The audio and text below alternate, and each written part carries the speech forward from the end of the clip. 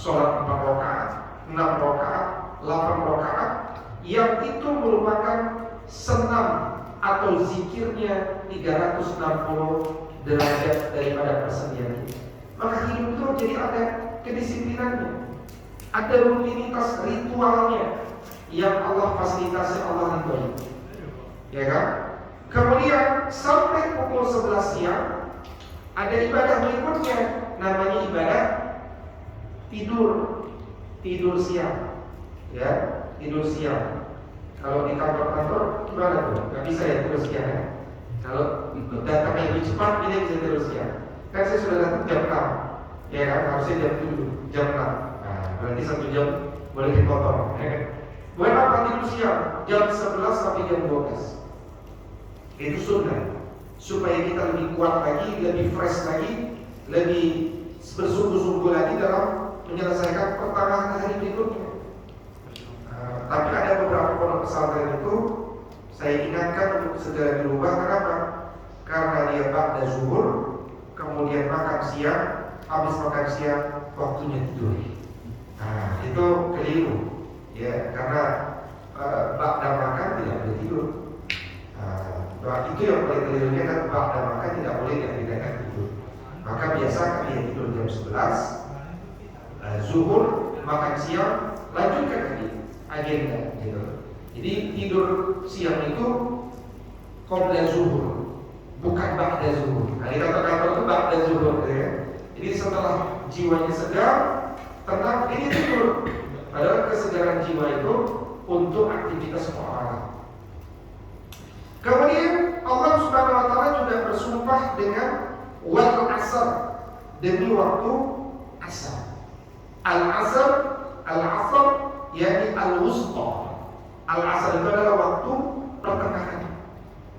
Ada yang tahu kenapa al-asr disebut al-wusta? Kenapa sholat asar disebut sholat wusta? Ada yang tahu wusta?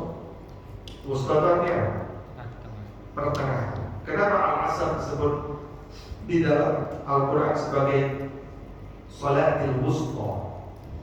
Dari 5 waktu sholat dia tengah-tengah. Nah, tengah-tengah antara 5 waktu sholat. Dihitungnya dari subuh. Oh iya. Nah, dia dihitung dari subuh ya, bukan dihitung dari isya ya.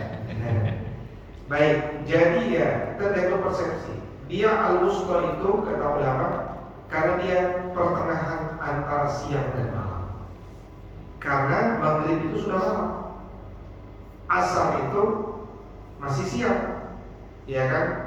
Zuhur itu tengah siang. Nah, pertengahan antara siang dan malam itu disebut al-asr. Itu jumhur. Tapi meskipun ada juga yang menafsirkan yang lain, tapi sedikit. Ya, subuh itu wusta juga, ya, antara malam dengan siang. Zuhur itu wusta juga, antara pertengahan awal dan pertengahan kedua. Isya itu wusta juga, antara aktivitas dengan tidur, gitu ya. Tapi secara umum al-asr dipenting karena Allah menjelaskan tentang al-asr juga karena Allah juga karena dalam hadis Nabi SAW terdapat riwayat keutamaan sholat sunnah muakkad, ya, itu berapa rakaat? 12 rakaat dalam satu hadis. Tapi ada satu hadis yang terpisah, yaitu sholat sunnah qabliyah asar, yang terpisah. Nah, ini menunjukkan semacam ada pengkhususan. Maka waktu asar itu harus kita perhatikan. Tetapi jumhur juga menafsirkan bahwa wal asr itu adalah demi masa secara umum. Nah, demi masa secara umum. Nah, maka manusia itu membutuhkan waktu, ya, demi masa. Dan puncak sumpahnya Allah itu masih ada lagi. Allah Subhanahu wa taala bersumpah dengan puncaknya itu la uqsimu biyaumil qiyamah. Sungguh aku bersumpah dengan hari kiamat. Ini menunjukkan bahwa manusia itu atau dunia itu pasti berakhir. Nama akhirnya dunia itu disebut hari kiamat. Kalau dunia ini berakhir, kalau alam semesta ini berakhir, maka komponen-komponen kecil dunia atau alam semesta ini pasti dia lebih dahulu berakhir. Ya kan? Nah, maka akhirnya manusia itu disebut sebagai ajal. Nah, maka ajal itu juga menyebutkan pada waktu. Fa'idza jaa'a ajaluha la yastakhiruna sa'atan wa la yastaqdimun. Maka kalau sudah datang ajal kepada kalian, ajal itu tak bisa diperlambat, tak bisa dipercepat. La yastakhiruna sa'atan, bahkan sesaat saja tidak bisa diundur. Memang sudah takdirnya. Nah, tapi di dalam Al-Quran juga mengandung kata saat yang maknanya adalah hari kiamat. Misalkan Allah berfirman, yas'alunaka 'anis sa'ah. Atau malaikat Jibril alaihissalam belum pernah bertanya kepada Nabi SAW, ya Rasulullah, akhbirni 'anis sa'ah. Ya, kabarkan kepadaku tentang jam, tentang waktu. Nah, cocok. As-sa'ah hunaka yakni al-qiyamah. Ya, jadi akhbirni 'anil qiyamah. Kabarkan kepadaku mata al-qiyamah. Kapan kiamat itu terjadi? Nah, Nabi tidak menjawab waktu itu. Kiamat itu insya Allah terjadi tahun 1500 Hijriah. Nggak ada. Karena Nabi nggak tahu kiamat itu terjadi tahun berapa. Tapi jawaban Nabi luar biasa. Mal mas'ulu anha bi'a'lama minas sa'il. Yang ditanya tidak lebih tahu daripada yang bertanya. Itu jawabannya. Artinya yang paling tahu Allah dan utusannya, yaitu malaikat. Malaikat pun tak tahu kapan kiamat itu terjadi. Tapi aku kalau ditanya tanda-tanda hari kiamat, aku tahu. Maka tanda-tanda kiamat itu ada tanda-tanda kecil, itu sudah terjadi semuanya. Ada tanda-tanda sedang, sebagian telah terjadi, sebagian belum terjadi. Ada tanda-tanda besar yang disebut asyratus sa'ah, 10 tanda-tanda as-sa'ah kiamat. Ini belum ada yang terjadi sama sekali. Karena kalau 10 tanda besar itu terjadi, antara satu tanda ke tanda berikutnya itu berlangsung berketerusan, lanjut, hanya perlu waktu beberapa hari terus lanjut sampai terjadi kiamat besarnya. Nah, maka dalam hal ini perbincangan tentang waktu itu penting untuk kita perhatikan, dan manusia butuh waktu supaya dia bisa beribadah dan dia bisa bermuamalah. Contoh, kita hutang. Tanggal berapa dikembalikan? Tanggal sekian. Sebelum tanggal sekian dibayarkan, jatuhnya pahala. Ya, tapi terlambat, tidak diomongin, jatuhnya bisa sebuah kesalahan. Nah, maka kita butuh waktu untuk membuat kita dapat kebaikan atau tidak. Jadi manusia itu membutuhkan waktu dalam hidup. Maka sejak Allah menciptakan alam semesta ini, sejak awal itu alam semesta ini sudah ditempelkan dengan waktu. Ya, dalam Quran surat At-Taubah ayat 36 Allah berfirman, "Inna iddatash syuhuri 'indallahi 12 syahran fi kitabillahi yauma khalaqas samawati wal ardh." Jumlah bilangan bulan di sisi Allah sejak penciptaan langit dan bumi itu jumlahnya sudah 12 bulan. Jadi Allah menciptakan alam semesta, Allah menyiapkan kalender, yaitu bulan. Dan dari 12 bulan yang Allah ciptakan itu, ada 4 bulan yang merupakan bulan haram.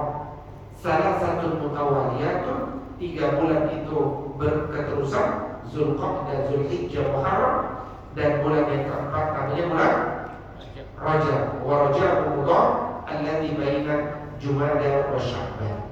Nah, maka yang menarik lagi, ketika Allah mengatakan jumlah bilangan bulan di sisi Allah ada 12 bulan, kata syahrun, bulan terulang di dalam Quran itu ternyata terulang sebanyak 12 kali. Nah, ini Masya Allah, tabarakallah. Dilihat langsung dengan mata kepala kita, baru terasa, oh ini mukjizat. Mukjizat itu kan bisa dilihat oleh orang langsung. Kalau mukjizat selain Quran, kita cuma dengar kisahnya. Tapi kalau kita ingin lihat mukjizat yang bisa kita lihat langsung dengan mata kepala, itu adalah Al-Quranul Karim. Dia mukjizat terbesar Nabi SAW. Ya, jadi ketika dilihat dari aspek jumlah hurufnya, Masya Allah, ternyata kata syahrul itu terulang sebanyak 12 tempat. Sebagaimana Allah ciptakan ada 12 bulan sejak penciptaan langit dan bumi. Kata syahrul itu mengandung kata yaumun. Ternyata kata yaumun terulang di dalam Al-Quran sebanyak 365 kali. Seakan-akan jumlah bilangan hari dalam setahun. Kata yaumun dalam bentuk jamak, yaumani 2 hari atau ayyam hari-hari, ternyata terulang di dalam Al-Quran sebanyak 30 kali dalam Al-Quran. Seakan-akan jumlah hari dalam bilangan bulan. Masya Allah, tabarakallah. Ini menunjukkan betapa ya Al-Quran itu tidak dibuat-buat, ya tidak dibuat-buat. Apalagi kalau kita perpanjang misalkan sama samawat 7 lapis langit, itu terulang sebanyak 7 kali dalam Al-Quran. Ya, al-har wal barq, dingin dan panas, sama-sama terulang sebanyak 4 kali dalam Al-Quran. Ya, malaikat dan syaitan sama-sama terulang 125 kali dalam Al-Quran, dan seterusnya dan seterusnya. Jadi ada banyak hal-hal yang luar biasa dalam hal ini. Maka ketika kita teringat dengan waktu, akhirnya kita paham bahwa waktu itu akan berakhir. Maka ketika kita sadar waktu itu akan berakhir, maka kita harus inventarisir berapa banyak kewajiban-kewajiban yang belum kita lakukan. Barulah kita paham bahwa wajibatuna aktsaru minal awqat. Kewajiban-kewajiban kita itu kalau dikumpulkan ternyata lebih banyak dari waktu yang tersedia. Maka karena kewajiban itu lebih banyak dari waktu yang tersedia, muncullah yang namanya fiqh al-aulawiyat, fikih prioritas. Bagaimana kita mampu mendahulukan yang terbaik dari yang baik. Bahkan bagaimana kita mendahulukan untuk menutup pintu kemaslahatan, pintu kemudaratan daripada mengerjakan kebaikan. Itu pilihan-pilihan kebaikan. Ya, darul mafasid aula min jalbil masalih, misalkan. Menutup pintu-pintu keburukan itu didahulukan daripada melakukan kebaikan. Nah, ini menunjukkan bagaimana Allah Subhanahu wa taala itu mendorong kepada kita untuk mampu membuat prioritas-prioritas waktu. Yang dalam Quran surah Al-Hasyr ayat 18 Allah ingatkan kepada kita, ya ayyuhalladzina amanu taqullaha wal tanzur nafsun ma qaddamat lighad wattaqullaha innallaha khabirum bima ta'malun. Wahai orang beriman, bertakwalah kalian kepada Allah dan perhatikan engkau sudah siap belum untuk hari esok. Maka bertakwalah kepada Allah. Karena Allah itu kalau engkau sudah wafat, Allah sudah tinggal siapkan ya rapor khabirum bima ta'malun, rapor tentang apapun yang kalian kerjakan. Maka satu hal yang menjadi muhasabah kita kalau kita sudah bicara tentang waktu, pertama, waktu itu adalah modal kehidupan yang tidak terdahulukan. Dia modal kehidupan yang terbatas. Maka kita betul-betul harus amanah dengan waktu, tidak khianat. Ya, makanya kalau kita buka Quran surat Ibrahim surat ke-14 ayat 34, Allah Subhanahu wa taala berfirman, wa in ta'uddu ni'matallahi la tuhsuha innal insana la zalumun kafar. Jadi Allah Subhanahu wa taala menjelaskan, jika kalian menghitung nikmat Allah, kalian tak akan mampu untuk menghitungnya.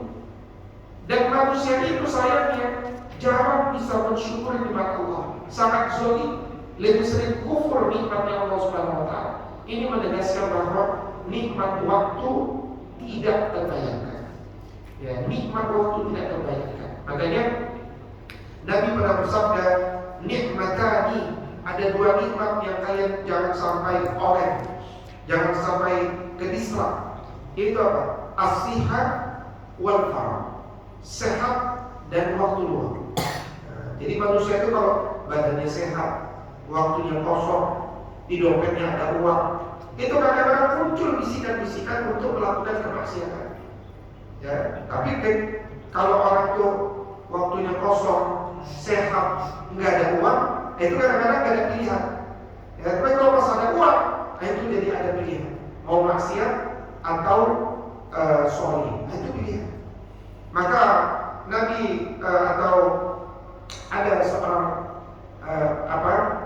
waktu seperti pedang itu sebenarnya kalau ditelusuri adalah nasihatnya seorang sufi kepada Imam Syafi'i, ya, seorang yang senang berbicara tentang akhlak, dan orang itu kemudian ketemu dengan Imam Syafi'i dan kemudian dia memberikan nasihat itu. Nah, itu nanti bisa dibaca di Al-Jawabul Kafi karya Ibnu Qayyim Al-Jauziyah. Nah, jadi disebutkan orang yang ahli hikmah itu menjelaskan kepada Imam Syafi'i, ya, kata beliau, wahai Syafi'i, al-waqtu kasayf, ya, fa'in qata'tu wal aqta'ka. Jadi waktu itu seperti pedang. Kalau engkau tidak menggunakan pedang itu, nanti pedang itu akan menebasmu.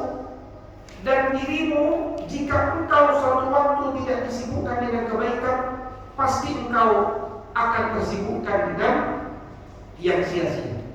Ya, misalkan sia-sia itu apa? Nonton drama Korea. Nah, itu tidak haram, tapi sia-sia.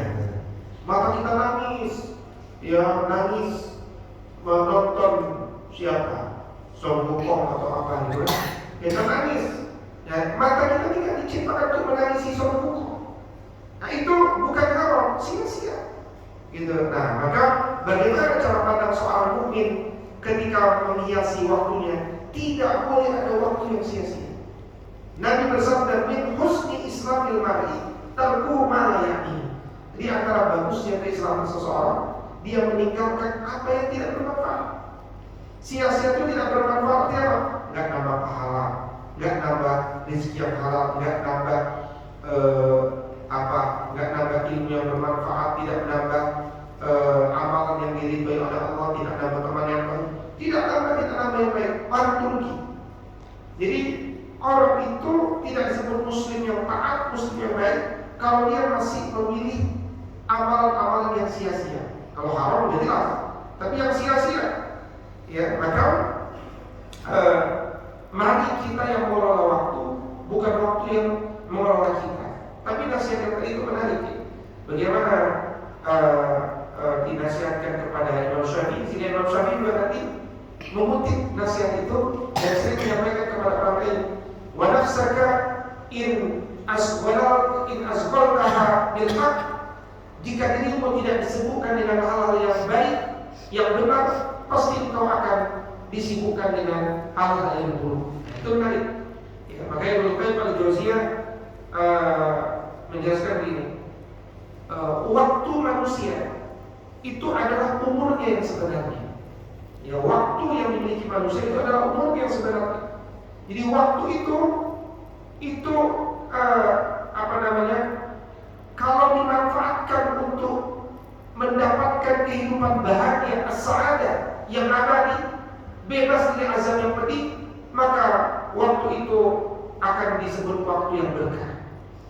Ya, karena itu disebutkan dalam sebuah hadis, kaki manusia itu tidak akan bisa bergerak ketika dia berhadapan dengan Allah Subhanahu wa taala kecuali dia bisa menjawab pertanyaan-pertanyaan dari Allah. Di antara pertanyaan Allah itu apa? Satu, engkau dikasih umur sekian, digunakan untuk apa umur itu? Ya, kok misalkan ada orang umurnya sudah 70 tapi nggak bisa baca Quran. Nah, itu kira-kira ditanya, kenapa engkau tidak pernah mau belajar Quran? Umurmu sudah 70. Kemudian engkau ini dapat ilmunya digunakan untuk apa? Engkau ini punya uangnya dapat dari mana? Yang dapat uangnya digunakan infaknya untuk kemana? Badanmu ini semakin usang dulu, semakin menua, badanmu itu digunakan untuk apa? 5 pertanyaan. Barulah kemudian setelah dia menjawab, baru dia bergerak. Nah, makanya Al-Jauziyah, waktu kalau dia tidak punya nilai, dia jalan tanpa nilai, itu laksana kematian. Jika waktu hanya dihabiskan untuk hal-hal yang melalaikan, mengumbar hawa nafsu, berangan-angan yang tidak baik, yang batil, hanya dihabiskan dengan banyak tidur, digunakan dalam kesia-siaan, maka kata Ibnu Qayyim Al-Jauziyah, kematian itu lebih baik bagi diri.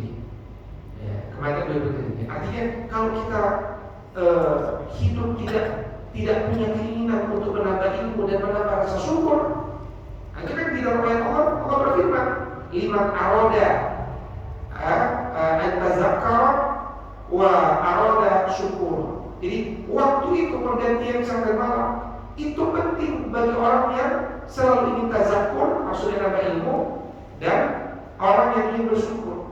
Nah, tapi kalau orang dikasih waktu panjang, dia tidak nambah ilmu, tidak nambah syukur, nah, berarti orang itu tidak bisa mengambil dari pelajaran waktu itu.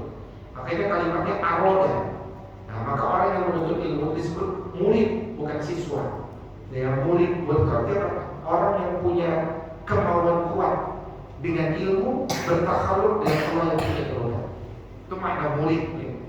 Kalau siswa itu artinya wajib taat ya. Wajib taat itu hanya cocok untuk anak TK ya. Apalagi mahasiswa. Siswa itu berarti yang paling wajib taat. Nah, ya. Nggak cocok mahasiswa. Maka yang paling cocok itu kata ulama adalah murid ya. Nah, kemudian menarik ya, ketika ada seorang ulama namanya Abdullah bin Abdul Malik. Abdullah bin Abdul Malik. Kemudian beliau bercerita begini, ini sebuah kisah ya. Suatu ketika saat kami berjalan bersama ayah kami, yakni Abdul Malik, dan kami berjalan di atas tandu yang digotong oleh ayah kami. Kemudian ayah kami mengatakan begini, nah kita akan jalan sampai ke pohon itu, bertasbihlah hingga sampai ke pohon itu. Subhanallah, subhanallah, subhanallah. Sampai kami bertasbih, sampailah kami ke pohon itu. Kemudian sampai ke pohon itu, ayah kami Abdul Malik mengatakan, sekarang kita akan menuju pohon itu, perjalanan akan melewati pohon itu, bertasbihlah sampai ke pohon itu. Subhanallah, subhanallah, subhanallah. Kemudian seketika sampai pohon itu, ketika sampai di pohon, ayah mengatakan, nah, bertakbirlah, Allahu Akbar. Kami pun bertakbir semua. Maka kemudian mereka berpikir, oh, ternyata inilah yang diajarkan oleh ayah kami. Ayah kami mengajarkan tidak sedikit pun waktu menunggu kecuali diisi dengan tasbih, bahkan takbir. Kenapa? Nikmat waktu itu tak ternilai. Nikmatani maqbulun fihi ma katsirun minan nas. Ya, jadi dua nikmat yang sering terlalai manusia itu. Kenapa? Ya tadi karena waktu luang, sehat, orang jadi lupa. Padahal waktu anfas la ta'ud. Waktu itu nafas yang tidak mungkin akan kembali. Makanya kalau ada orang yang ulang tahun, itu jangan disebut selamat ulang tahun. Karena tahun itu tidak berulang. Yang berulang itu apa yang berulang? Tanggal dan bulan. Ya kan? Maka kalau kita sudah lulus S1 ya, nah itu kan penalaran kita tinggi. Kita jawab selamat ulang tanggal dan bulan ya, selamat tambah tahun. Jadi tahunnya nambah kan berulang. Makanya terjemahan dalam bahasa Inggris kan happy birthday, artinya selamat ulang tahun. Kan gak nyambung. Seperti minal aidin wal faizin, artinya mohon maaf lahir dan batin ya. Jadi happy birthday, happy itu bahagia, birthday itu hari lahir. Itu doa, happy birthday, berbahagia kau di hari lahir. Atau istilah kita make milad, selamat hari lahir. Nah, seperti itu. Tapi kalau selamat ulang tahun, orang itu merasa umurnya masih tetap, tahunnya berulang, makanya dia akhirnya mudah-mudah. Tapi kalau kita katakan selamat tambah tahun ya mas, wah itu dia bisa nangis. Kenapa? Oh, aku nambah ya tahunnya. Ya aku jarang berkaca sehingga lupa bahwa rambutku putih. Aku tambah tua ternyata, umurku bertambah sedikit. Nah, maka di dalam Quran surat At-Takatsur ayat ke-8 Allah berfirman, "Summa latus'alunna yawma idzin 'anil na'im." Ya, summa latus'alunna yawma idzin 'anil na'im. Kalian pasti ditanya tentang kenikmatan yang kau dapatkan. Kau pasti akan ditanya. Artinya tak sekecil pun nikmat yang Allah berikan kepada kita pasti harus kita pertanggungjawabkan. Ya, termasuk nikmat kita bisa bernafas, nikmat bisa melihat, nikmat bisa berkata-kata. Nah, maka itu digunakan untuk apa nikmat itu? Pasti ada tanggung jawabnya. Tapi kata seorang sahabat yang bernama Abdullah bin Mas'ud radhiyallahu anhu, waktu itu berpotensi bisa disesali.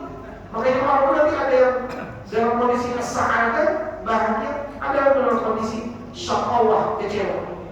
Maka kata Abdullah bin Mas'ud dulu, "Ma nadamtu 'ala syai' nadmi 'ala yaumin." Ya, tidak ada yang pernah ku sesali selain keadaan ketika matahari tenggelam, ajalku berkurang, tapi amalanku tidak bertambah.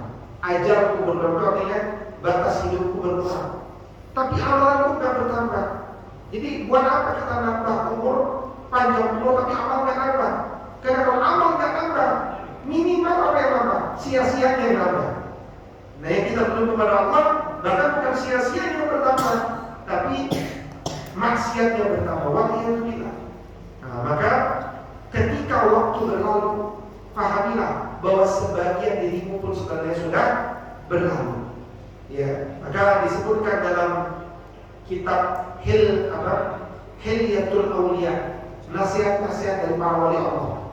Ya, disebutkan ada satu kalimat, "Ibn Adam, innama anta ayyam." Wahai manusia, kalian ini sebenarnya kumpulan hari.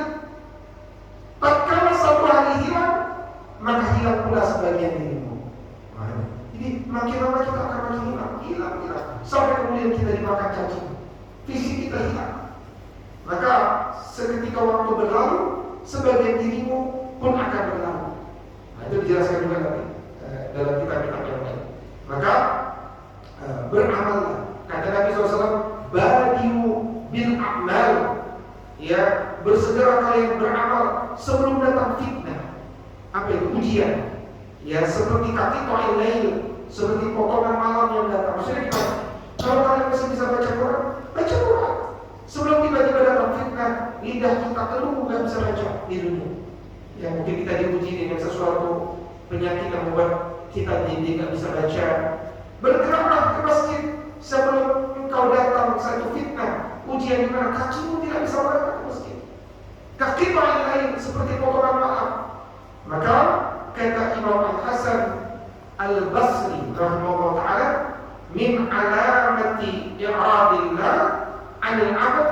Kalau kau ingin tahu tanda bahwa Allah berpaling dari diri seorang manusia, Allah menjadikanmu sibuk dalam yang sia-sia, dan itu adalah tanda Allah menelantarkanmu. Benar?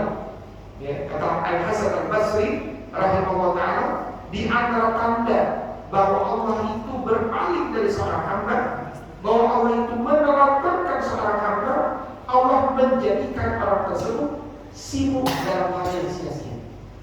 Ya, sibuk dalam hal sia-sia. Itu pertanda Allah berpaling dari kita. Maka, ya, renung-renungkanlah terus tentang waktu ini supaya kita terus termotivasi mengisi waktu dengan kebaikan. Yakni misalkan surat Yunus misalkan ayat kelima Allah berfirman, "Walladzi ja'ala asy-syamsa diya' wal qamara nur." Ya kan? Jadi Allah kan juga bersumpah dengan wasyamsi idza talaha. Ya, wasyamsi idza jalla. Terus. Baik, hadirin yang dimuliakan Allah Subhanahu wa taala. Ya. Nah, ini saya kira bacaan-bacaan kita tentang waktu, mudah-mudahan Allah membuat kita memiliki waktu-waktu yang berkah. Ya, Allah Allah jadikan kita mudah untuk mengisi waktu-waktu ini dengan keberkahan itu maknanya ziyadatul khair, bertambah kebaikan, dan mudah-mudahan Allah akhiri umur kita, waktu hidup kita dengan husnul khatimah. Amin ya rabbal alamin. Ada yang mau tambahkan untuk semuanya? Kalau tidak ada, demikianlah yang dapat kita sampaikan. Mudah-mudahan bermanfaat. In uridu illa al-islam mastata'tu fa idza azamta fatawakkal 'ala Allah. Kita tutup dengan doa kafaratul majelis. Subhanakallahumma wa bihamdika asyhadu an la ilaha illa anta astaghfiruka wa atubu ilaik. Assalamualaikum